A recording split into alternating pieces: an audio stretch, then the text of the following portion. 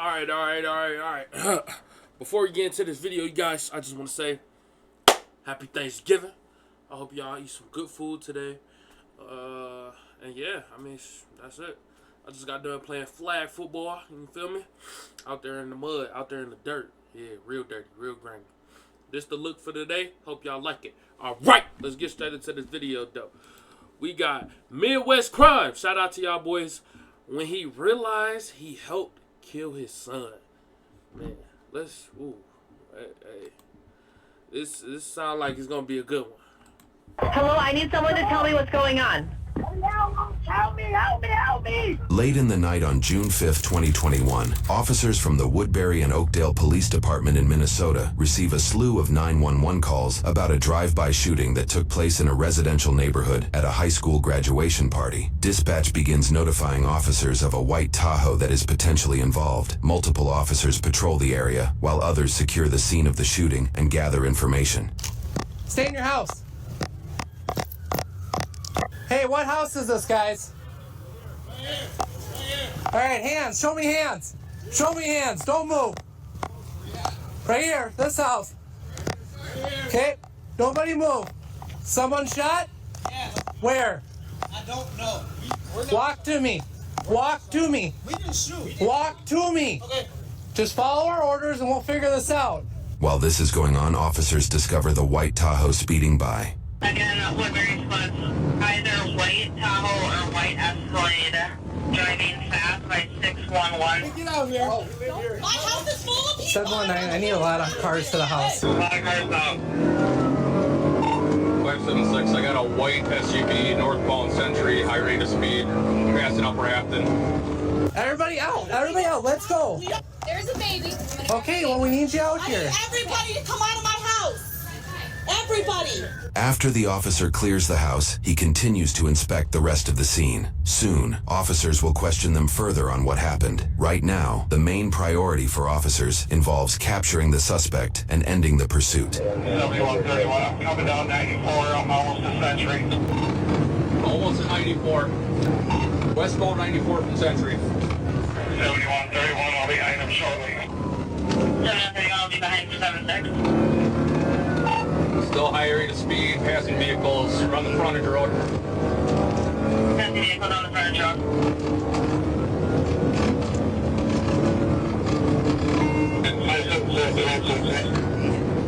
It ain't no way that big ass truck moving like that. Submitted westbound 94.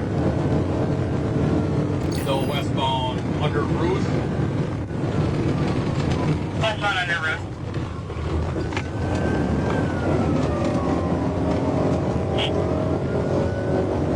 Man, y'all letting a big ass truck fucking, bro, juke y'all niggas, yo.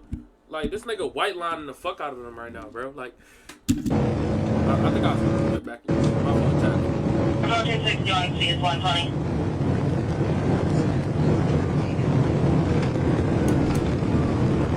Hey, that boy white lining in that big mug.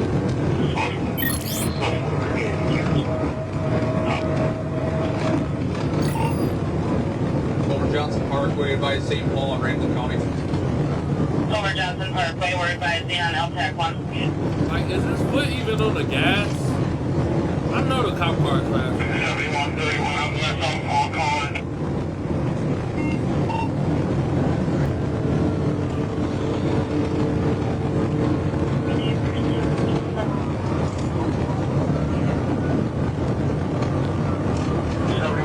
Approaching 52. Copy, approaching 52. 10-4. Recruiter Victoria, westbound. 6 westbound at Victoria. We're coming up to 35 east. Stay on his ass. Stay on his ass. Approaching 35 east. It's about time, though. For the stop. Was driving conduct, vehicles driving over 4 lanes of traffic, no signals, making erratic turns. Vehicle description. Damn. Hey, that cop moving. Hey. Hey, bro. We got a pit car in the First front. cruiser up there, that nigga moving. He on his ass. not Use the going car to the nowhere. front. He is on that ass. Bitch. Oh yeah. And we have a pin. Oh yeah. And we have a pin. We have a pin. Good pin at 12. Show me your Shit. hands. Keep your hands up now. Don't move. They dumb as fuck. Do not move. Shot in the back. There's someone shot. Don't move. I'll get you somebody. We got someone shot in the back. 7131. We have somebody shot in the back seat here. We starting to rake from St. Paul. Having someone shot in the back seat. We're not gonna shoot. You keep your fucking hands up. I have an ambulance coming. You understand me? Yes, we will. Chicago Avenue. Okay? I want you to get out of the car. You. Get on the ground! Get down! Get over here on the ground now. On the ground now! Driver, you crawl over to me. Yep, you crawl over and you get on that ground now. Get on the grass. Hey, that van just in the Right middle there. of it though. On Like, the grass. Go to the grass. Go. get down! No one else is shot in the back.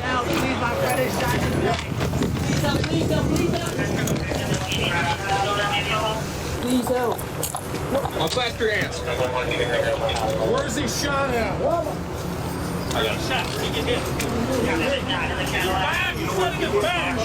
He's unconscious.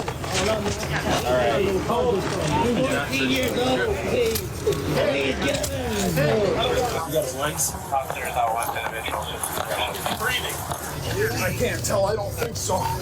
Actually, we'll go your way. Yeah, he's got one in the back or two. I got gloves on right now. Sit up on the curb. Sit up. Scoot back on the curb. Sit on the curb. You're good there. Hang tight for me, okay? I gotta scare you guys.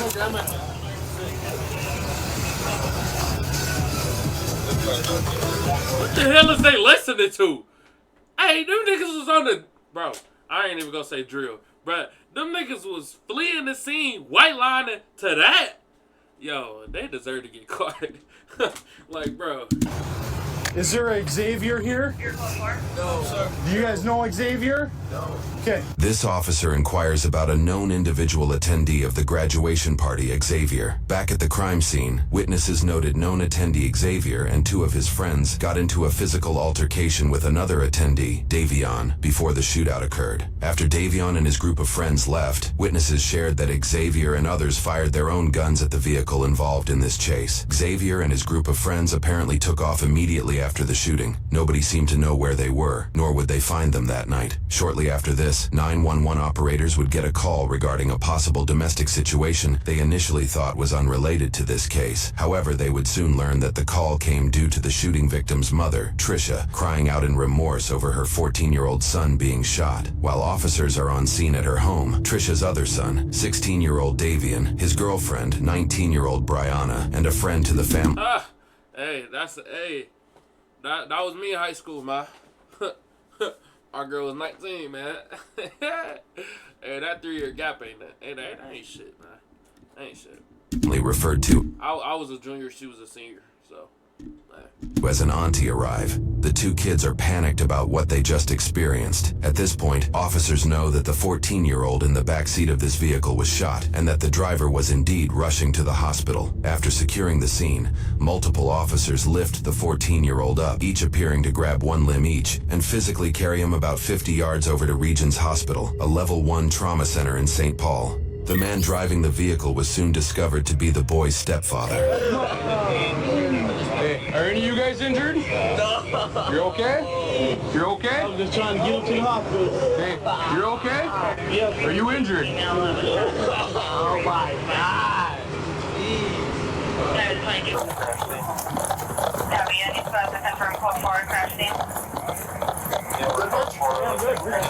In the back. Switch.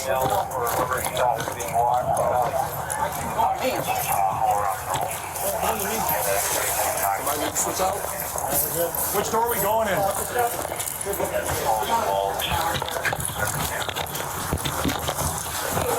No. With LTAC 1, you'll fill the dispatcher. Officers soon questioned the other occupants of the vehicle and found the driver to be 35-year-old Keith Dawson, the stepfather of the 14-year-old shooting victim. He was traveling with his younger brother of 20 years, 15-year-old DeMarco, and a friend of DeMarco's, 15-year-old Michael. Simultaneously at Trisha's house, officers questioned Davian and Brianna. They shared with officers that they were shot at after a physical dispute between Davian and another individual named Jaden Levon Townsend, 19, assisted by two other aggressors, Xavier Jaden Levon Townsend. That shit is... Xavier Lee Drew Hudson. God damn, bro. What's up with these names? Drew Hudson, 17, and Enrique Lucio Davila, 23. Yo, I'm not even gonna... The story they told officers aligned with Keith's telling of the event that night, which we will cover in a moment. Officers then left Trisha's home, likely due to the domestic dispute being resolved and questioning deemed complete. This leads us to the interrogation with Keith Dawson, who was just informed that his 14-year-old stepson, Damaris, did not survive his wounds. I can hang out here with Keith, okay? If you guys just want to hang out in the hall, because Adam's got two right down the hall that he's going to be trying to have parents come and pick him up and stuff, okay? Absolutely. So you get into St. Paul there, and it sounds like they pitted your car. Okay. Twist you around. Yeah, I was trying to go slow. I didn't want he had sending me around. I'm trying to get to the hospital. Yeah. Trying, hey man, they get some shot. When the sun shot, then shot. You know, that's why I'm gone. I ain't got time to be stopping, man. We're going to the hospital. Yeah. That little second, any second could have saved, you know. The autopsy performed at a later date detailed that the bullet traveled through a lung and parts of his heart. I'm sorry, man. Fuck. I'm so sorry. I'm trying to save him. I'm trying. I went to Blueberry Hospital. It was closed. I know. Man, tried. I know. Listen, that party, he was already out there. Go. Jets. Told me, man, you go. Congratulations, party, man. That's it, man. That's what Michael said. Damn. What? You know, I know. I'm so sorry, Keith. Keith, before we start talking here, I don't know. I'm kind of coming in on the back end, and I've been talking to people and kind of have a good idea of what's going on here, okay? And I know that I understand the reason why you just kept on going to the hospital. Makes complete sense. Stop me, call me, told me to come, man. They robbing them and stuff, they brother and stuff. Okay. Before we get into that, I know you're going through so much right now, but because I have you here, okay, I have to read your rights. I'm not saying you're going to jail, okay, but I have to read your rights because you're technically in custody, okay? So before we get into details, if you want to get into details, I got to do that, okay? You understand? Okay. Okay, Keith, right now you have the right to remain silent. Do you understand each of these rights I explained to you? Okay. Do you want to talk here today? I'm getting charged with anything? I honestly, right now, I don't know. I don't know what my story. You fled from police, and that makes complete sense to me, okay? So looking at this from where I'm at now, I can't say you're not getting charged. I couldn't, given the circumstances, it's reasonable what you did, but I don't know. My plan is getting you home. Okay? Yes, sir. Okay. Do you want to talk? Yeah, I guess a couple of weeks before that, I guess they was telling me that they having some money and some guys or something, but I don't know. Demarius was saying that? Damaris and Davion or whatever. Okay. I guess something with his older brother, I don't know why they messing with my kids or something, you know? Yeah. They don't be out on the streets or nothing like that. So he called me tonight, you know, I just got out the shower. He called, man, they trying to rob my brother, take his car, and he got rims and stuff with 16-year-old, you know, he got some rims on his car, nice car and stuff, and So when Demarius called you, so he was at the party, he called you, Yep. He's having problems. Yep, he called me. He said some guys at the thing trying to rob him right now. Did he say any names or He anything? said no name. He said something about some WAP or something like that. I don't know what that is. I heard him Okay. say something about some WAP or something. I don't know. Okay. What's that or whatever, but I heard him say something about WAP or something. Okay. Here, Keith mentions the aggressor, likely referring to Xavier, is part of the WAP. He probably means the Bad Side Mafia, aka WAP gang of the Twin Cities. According to the Pioneer Press, a criminal complaint surrounding Xavier's crimes as a juvenile indicated he was a known associate of the gang. His juvenile crimes included a robbery at gunpoint, where he shot at his victim as they attempted to flee in February of 2021. He was apparently given a conditional release from this crime on May 25th, 2021, 11 days before Damaris's killing. Reports also indicate that, the day before the events in this video, Xavier had allegedly used a firearm to threaten other persons inside a restaurant. In an interrogation held at a later date with Xavier, the 17-year-old describes in his own way what the WAP is. What's the WAP? W-O-P-P. What does that stand for? Wow. Yeah. You got it all over t-shirts and stuff in your room and hats in the house and... Yeah, on top. What did they say? I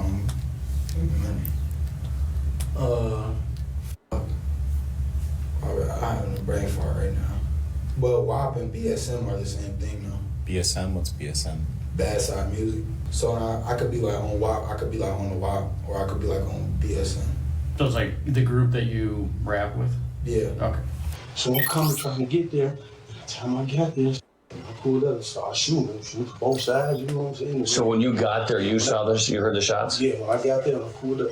So I shooting from both sides or something like that. And then I took off straight, just going straight, because I don't know where it's going. It's night, you know what I'm saying? I don't know where bullets coming from or whatever. Yeah. You know what I'm saying? She come through that way and coming out, you know what I'm saying? I don't know. I'm just going, you know, so I get to going fast, duck it down, trying not to hit nothing. And I'm like, there's a lot of people out there and everything. So as I'm going down that way, they must have come behind me too. They, you know, Damaris and them driving behind me. They shooting at them too.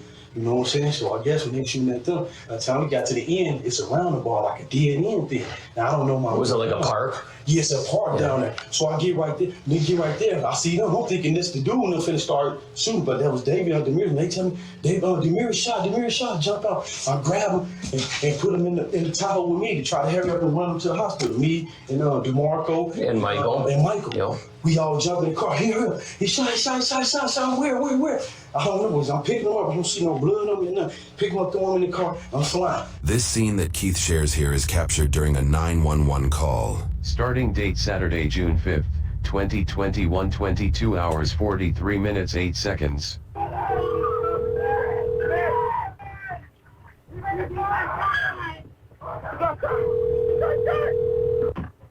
911, what's the address of your emergency? Come here. Hey, oh my cousin died, my cousin. He died, we in the field, my cousin, he got died, my cousin just got shot. Your car is being, what is going on with your car? Just got shot. Your car got, what's going on? We gotta wait. Doors. Hello, I need someone to tell me what's going on. Hello? Hello, I need someone to tell me what's going on. Help me! I need to know where you are. I need to know where you are.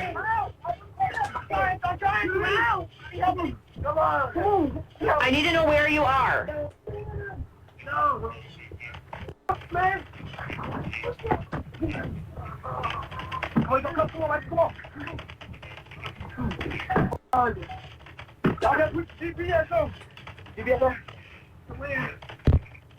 Hello? The caller suddenly hangs up. The moments after this lead to officers arriving on scene and beginning their pursuit. From the moment this 911 call was initiated to the moment officers transported the boy over to hospital staff, roughly 15 minutes surpassed. Was he making any noises or? I threw him in the car. You heard him, got him all, okay. And then your fiance, is she, do you know where she is right now? She at Regis. Okay. And what's your fiance's name? Trisha. Trisha. I'm just gonna step out here. I'm gonna try and find my partner and see kind of where we're at and see what we can do about you, okay?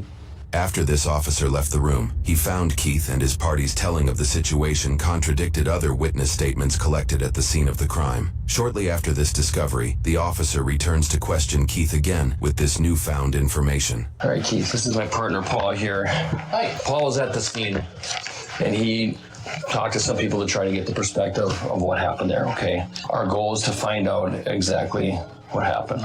And I think there's some inconsistencies you're telling me. We want to get to the bottom of this. We know there's a couple casings in your truck. What happened? Pulled up. There's some guys out there, and they started shooting, like I told you. Okay. They started shooting. Shoot on this side, don't shoot on that side. So I was out talking to witnesses, as far as I can tell, that they don't have a dog in the game. They're telling me that there was a fight between a couple of the kids that were at this grad party, and that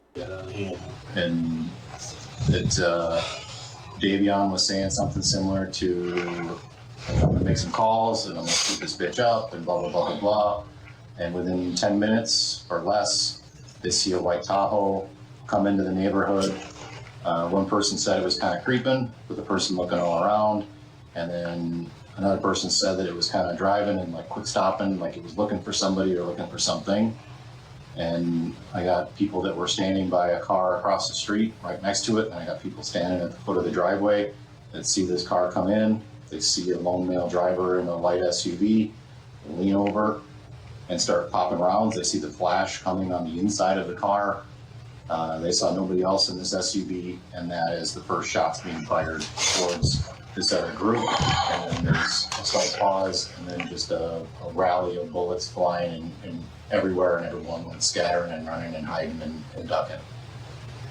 How do you explain that? Yo. You telling me, yo, hold on, bro, what? So, the dad pulled up and started letting off shots immediately? What the fuck? Bro, what the fuck? Yo, I'm not gonna fake, this shit is actually kind of crazy, yo.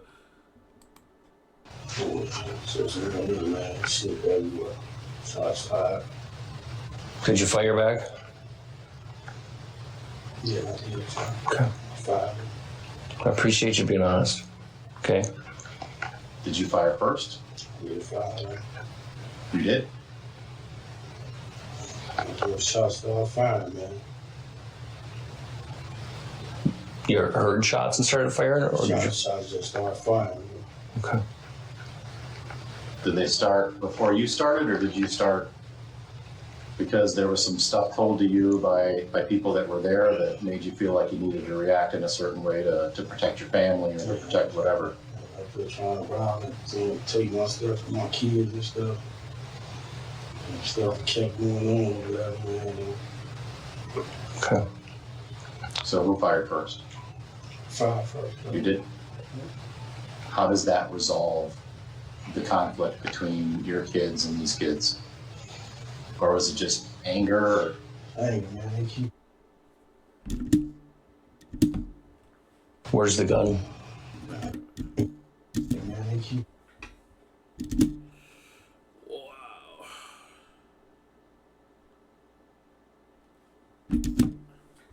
Where's the gun? I do it. Okay. It's over there on Century. Do you think it's on Century?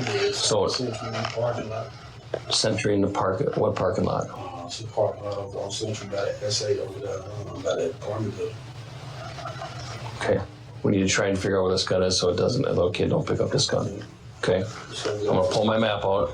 Keith continues to explain details of that night with apparent honesty. He shares where he started shooting, where he threw the gun out the window, and ultimately came clean about his actions. With Keith's confession, officers took him into custody with charges pending. They were also able to obtain the gun he had thrown out the window. Their next steps required putting warrants out for the other 3 aggressors involved, that being Jaden, Enrique, and Xavier. However, over a week had gone by, and the 3 were nowhere to be found. It was clear that several dozen bullets flew that night. Investigators found bullet holes all over the neighborhood, including in uninvolved vehicles, houses, and some with jaw-dropping trajectories. One bullet's path just above a pillow, where if a person had been laying, they likely would have died. It is astounding that no one else at the scene was hit or killed. Investigators, working alongside crime scene forensics, would have a firm understanding of the details that unfolded that night. Next, we will detail the story in full. That night, Damaris tagged along with his older brother Davian, Brianna, DeMarco, and Michael to Brianna's friend's graduation party. They had all carpooled in Brianna's silver Kia Forte. Minutes after arriving at the party, the group would be confronted by Jaden, who was accompanied by Xavier and Enrique. In court testimony, Davian, the victim's brother, notes he is immediately uncomfortable with how they acted. He described that Jaden appeared to want to fight, and interrogation later held with Xavier supported this. Jaden said something like,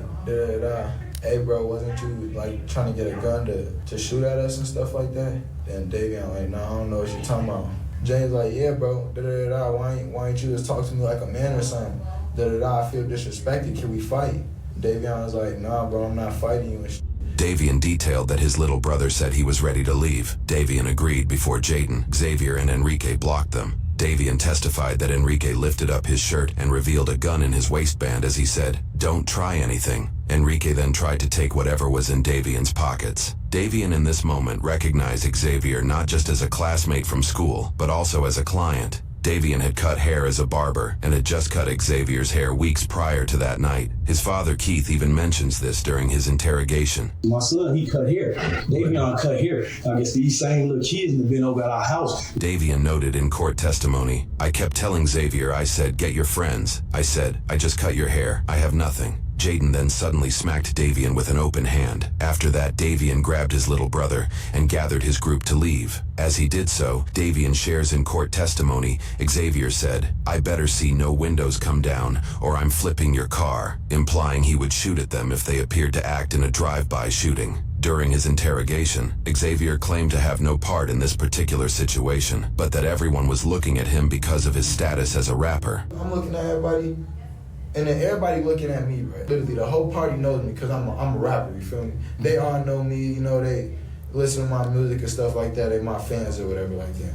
So I'm not a problem starter, but you feel me? I handle business. So they left. After they get in the car, Davian's little brother, Damaris, calls his stepdad and Davian's biological father, Keith Dawson, and informs him of what happened. Davian explains that he took the phone from his younger stepbrother at this point and started talking to his father. Davian shared that Keith yelled at him in this moment and claimed that his father was scared. He shared his dad said to stop going places in public because there's so much drama in the world right now. Davian explained in court testimony that this was not the first incident between himself and Xavier, adding that his father likely did not know Jaden or Enrique. They got their haircuts and everything because they go to school with each other, you know, but I don't know them personally though. Okay. Keith then drove his white Chevy Tahoe and met the group in a car dealership parking lot. Here, Keith allegedly explained to the group that they needed to go back to the party so that the three harassers would stop messing with them. From here, most of the story is known. Keith drove by the party in his Tahoe while Davian trailed behind, driving the silver Kia, which housed all of his peers. Damaris sat in the middle back seat of the car. Next, Keith would shoot at the three aggressors while they were outside their Dodge Durango. Enrique would immediately start firing back, using the gun in his waistband. Xavier ran to the wheel well of his girlfriend's car, where he stashed his pistol and laid down on the grass to return fire. Jaden, although the lead aggressor, did not fire a weapon. Over 40 bullets flew that night. Then Davian screamed for the passengers to duck as he tried to drive away from the scene. In this moment, Damaris exclaimed that he had been shot and that he couldn't breathe. When Davian turned around to look at him, he shared that Damaris's head slouched over and his brother looked lifeless. According to reports, this would be the only bullet that struck a person. Forensics shows that the bullet traveled through the back license plate of the silver Kia and through the back seat before hitting Damaris. He was pronounced dead at 11:12 that night. Davian swears in court that he and his peers did not know Keith had a gun in the car, nor that he was going to shoot at their aggressors. This is despite witness statements that night claiming he had threatened to get the place shot up. This led to Davian honking his horn to get his father's attention so he could pull over, where they transferred Damaris from the Kia to the Tahoe. We know where Keith, Damaris, DeMarco, and Michael went that night. Davian and Brianna went a different direction in their Kia. They attempted to drive back to his mom's house. In a witness statement, Brianna shares that they were chased by the Dodge Durango they they believe to be driven by Jaden with Xavier and Enrique as passengers. Davian shares that he sped and ran red lights on the way. Trying to lose track of them, they take another route, leading them to his aunt's house. This account may or may not have been driven by fear or paranoia, however. Other police reports contradict that the three aggressors drove off in the Durango. Rather,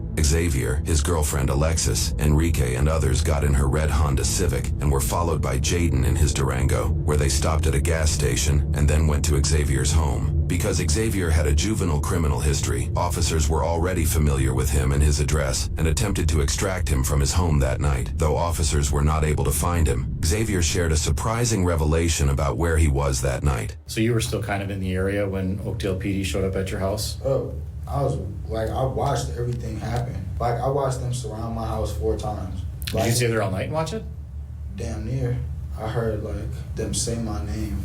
Okay, that's probably with the big, giant armor tank-looking thing or whatever. Yeah, there's 3 of them. Brianna and Davian, believing they presumably lost their assailants, entered his aunt's home and informed her of the situation. From there, she drove them in her car to Davian's house and discovered police were already there questioning his mom, who had already been informed her other son was shot. That night, Davian and Brianna's story aligned with the first account Keith told. The following morning, the pair were questioned again and were informed that Keith told the whole truth, prompting them to do the same. The incident occurred on the night of June 5th, 2021. The report much of this information was extracted from was written on June 10th. The 3 initial harassers, Jaden, Xavier, and Enrique, were still at large at that time, their whereabouts unknown. In the days after the shooting, it was discovered that Xavier fled the state of Minnesota, traveling all the way to Florida. Damn! This nigga... Bro, this nigga that did the race. He did the race and won. Hey, this nigga that did the race and won, bro. You telling me you drove from fucking Minnesota all the way to fucking Florida, my nigga? I don't think y'all understand how far that is. Like, what fucking type of trip? Like, oh my... Yo. Assisted by his mother, Susan Blood, and his girlfriend, Alexis Moore. On June 15th, 10 days after the shooting, the vehicle they were traveling in was discovered coming back through Wisconsin. It was apparent that Xavier changed his appearance by cutting his hair short. Officers followed them into Minnesota, where they shut down Interstate 94 and apprehended the 3 of them. After his apprehension, officers investigated the search histories of Xavier and Susan's phones. The findings alluded to fleeing and hiding. Within hours after the incident, Susan searched hotels near me. Dumbass. Like, yo. If you do a crime like this, bro, first thing you gotta do, bro, fuck it. Get rid of the phone, bro. It's true, bro. You gotta get rid of that fucking phone, bro. Get rid of all technology, bro. Get rid of that shit, bro. It's like, yo, cause like, dude, they got, bro, even if you go on, what's the name, the black mode, you know, incognito, I think that's how you say it. Even if you go on that, bro, they still can see that search history, bro. Like, they are gonna have all search history, they gonna have all text messages, all everything. They surveillance every fucking thing on everybody's phone, bro. So it's just like, come on, bro, don't be, come on. Fucked up with that one. Other searches made on their way to Florida. How do you get to Mexico? Oh, yeah. Oh, yeah. Hey, this whole stupid. Bro, yo, they deserve to be caught, bro. They deserve to be fucking caught, bro. How to go to Mexico? How to get to Mexico, bro? Come on, bro. Included, how do you get to Mexico? What do you need to cross the border? And what do you need to cross the border? Okay. And can police trace iPhone on the way back into Mexico? Yo, this whole stupid. Yo, so you telling me, bro, you just looked all that shit up. Then you look up, can police track iPhones, which they probably said yes. I guarantee they said yes. And then it's just like, you knew it was up. You knew you done fucked up, bro. Minnesota, they were searching for flights that went from Minnesota to Texas, implying he may have continued to run if he was not apprehended. On June 16th, court documents indicate Jaden turned himself in. Finding Enrique would prove a difficult feat. How tight are you with Enrique? Finding Enrique. This what this nigga look like? Hey, this what this nigga look like? Yo, come on, bro. Come on, bro. Hey, ain't this nigga supposed to be 17? Or is that the other ones? Bro, this nigga old as shit, yo. Would prove a difficult feat. How tight are you with Enrique? Not really. Okay. He won't listen to y'all. Do you think who do you listen to? Me. I mean, I'm top, literally top block. I know it might seem a little stupid, but the name means a lot. For months, officers asked the public for information of his whereabouts, sharing photos and this known video of Enrique brandishing the gun he used in the shooting. He was eventually found hiding out with a family member, avoiding... Stop posting them damn guns, nigga. Shit don't make you look tough, either. I'm just saying. You posting them damn guns for what?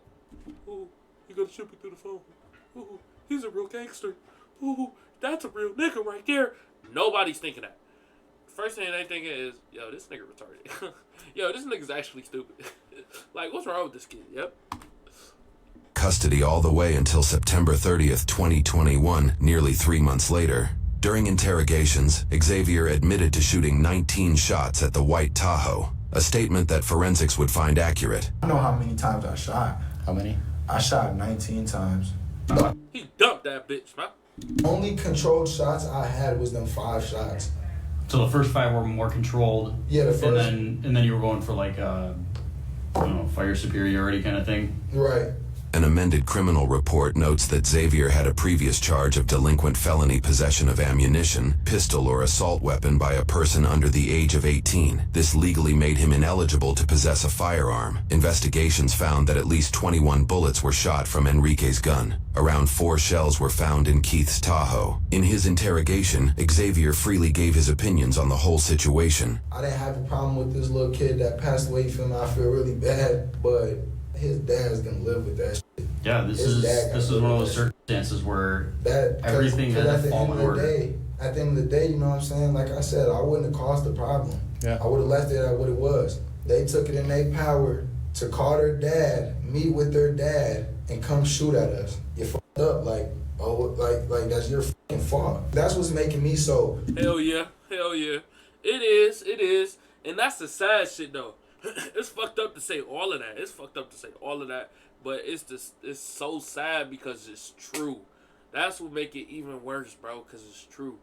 It's like, you did all this shit. You had your dad come up to a party that y'all left. Like the motion, all that, the drama, that shit was over with. Them niggas let y'all slide. And you decide to come back with your dad and have your dad let off shots just so you can get killed. And just so, bro, it's just like, that's just so dumb, bro. Like, people gotta really learn to let shit go, bro, because shit is never that serious, bro. Because at the end of the day, bro, we all got one life, bro. It's your decision on what you want to do with your life, but don't make no dumb decision. If you no longer have a problem, if the problem has been cut off and done, just leave it at that, bro. Fuck it. Shit. Oh well, you look like a bitch. Oh well, nigga, you a living bitch. How about that? You a living bitch. But instead, you want to come back, slide, and you get killed. You a dead bitch. Now what? You could have been a living bitch. Now you're a dead bitch. It's like, bro, y'all gotta respect yourselves a lot more, bro. Your life matters, bro. Your life matters. It really does, bro. Bro, just let some shit slide, bro. You gotta let shit slide. Let shit go, bro. People don't forget about all that shit anyways, bro. And nobody gonna care once you dead. So it's just like, people gonna forget about it, and everybody is not gonna care if you die either. So it's just like, not caring about the situation. Ball was in their part, and they played it so foul. You know, I agree.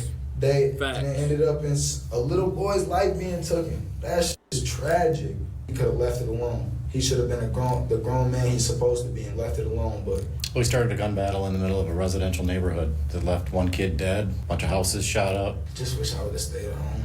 I didn't go there with any intention to hurt anybody. I didn't mean to hurt anybody. I protected myself and my loved ones. I protected my girlfriend. I protected damn near everybody at the party. Yeah. I'm like Superman. I'd have killed 4 more people for my. That's my. Damn, nigga, hold on, chill. You do it. Hey, Brody, do it. Hey, set your mouth, nigga. You tripping? Right there. That's my lifeline. Like I'll fuck around, kill myself if I ain't had her. Alexis. Yeah, like that's my real life soulmate. Like I don't know. I wouldn't know what to do with her. Like I'd probably be fucking crying right now for real shit. I'd probably off myself like dead ass serious. I need her in my life. Like, people don't get that. You know, some people keep other people emotionally stable. She keep me emotionally stable. Whatever this time finna be, I could get through this knowing that she finna be there when I get out. I wish, you know what I'm saying, it wouldn't have been him. I wish the dad would have died. I wish that boy that stepdad, whoever's in custody, I wish he would have passed away. That would have made me a little more, you feel me, comfortable. I'm not very uncomfortable right now just because of the whole situation. Like, it wasn't my fault. Because at the end of the day, bro, I talked to one of my lawyers already, and they was just telling me I'm good. I'm not worried about being charged with no second-degree murder. Like, come on now. Because real shit, like, if I really wanted to, y'all wouldn't have caught me. Like, dead serious. Shut the fuck up, nigga! Damn, bro. Shut the fuck up, bro. This nigga talking too much, bro. Richie, if I really don't want to be caught, I wouldn't have been caught. I was gonna fly to Mexico. Bro, shut up, bro. Shut up, bro. You digging an unnecessary hole. Come on, bro.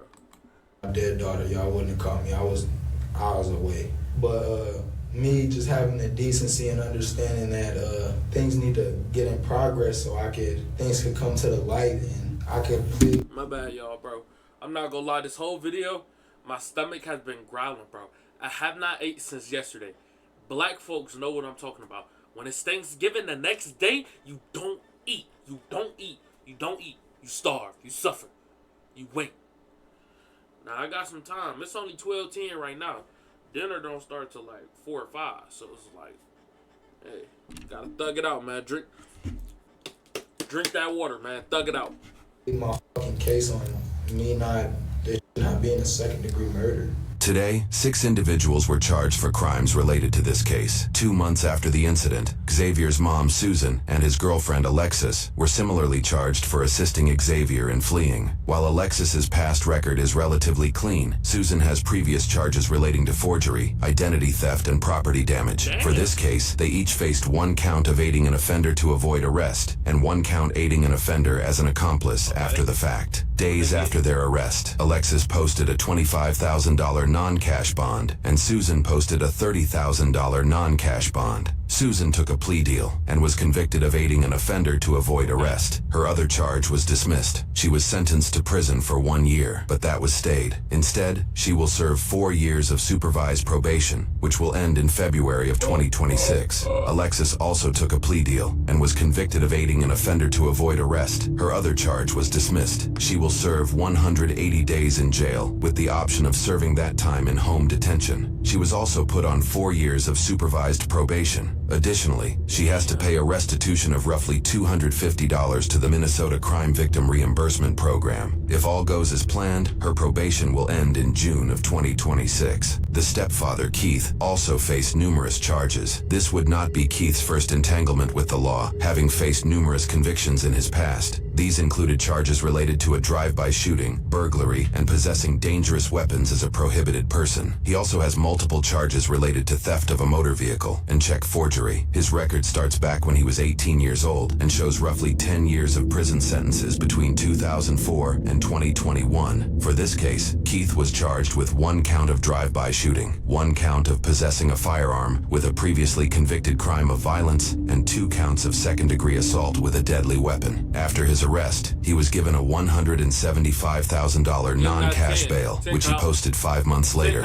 He was subject to GPS monitoring, was banned from handling dangerous weapons, and was barred from contacting any victims or witnesses, except for the ones who lived in his home. Keith took a plea deal and was convicted of his drive-by shooting charge. All of his other charges were dismissed. In January of 2023, he was sentenced to 7 years in prison with 148 days of jail credit. I'd get out of 10. Taking parole into consideration, he will likely not be out of prison until 2027. Jaden, the initial aggressor of the night according to witness statements, has no significant prior criminal history. After his arrest, the court offered a $500,000 conditional bail, but he would never take it. He faced 1 count of aiding and abetting second-degree murder without intent, and 4 counts of aiding and abetting second-degree assault with a dangerous weapon. Jayden took a plea deal, which dismissed all charges save for one charge of aiding and abetting second-degree assault with a dangerous weapon. Over a year after the offense in June of 2022, he was sentenced to 3 years in prison with 371 days of credit for time served. He must pay restitution for a total of almost $25,000. Just over $8,700 is to be paid to 2 different claims of the Minnesota Crime Victim Reimbursement Program, and nearly an additional $16,000 is being paid to the victim's brother's girlfriend, Brianna, whose family submitted claims and victim impact statements regarding that night's toll on her life. Jayden has likely served his time at this point, but court records indicate he still owes nearly all $25,000 of restitution. Enrique proved to have a violent criminal history. He's been convicted of previous charges for assault, fleeing the police in relation to vehicle tampering, first-degree aggravated robbery, giving police a false name, and leaving the scene after causing an accident. For this case, he faced 1 count of aiding and abetting second-degree murder without intent and 4 counts of aiding and abetting second-degree assault with a dangerous weapon.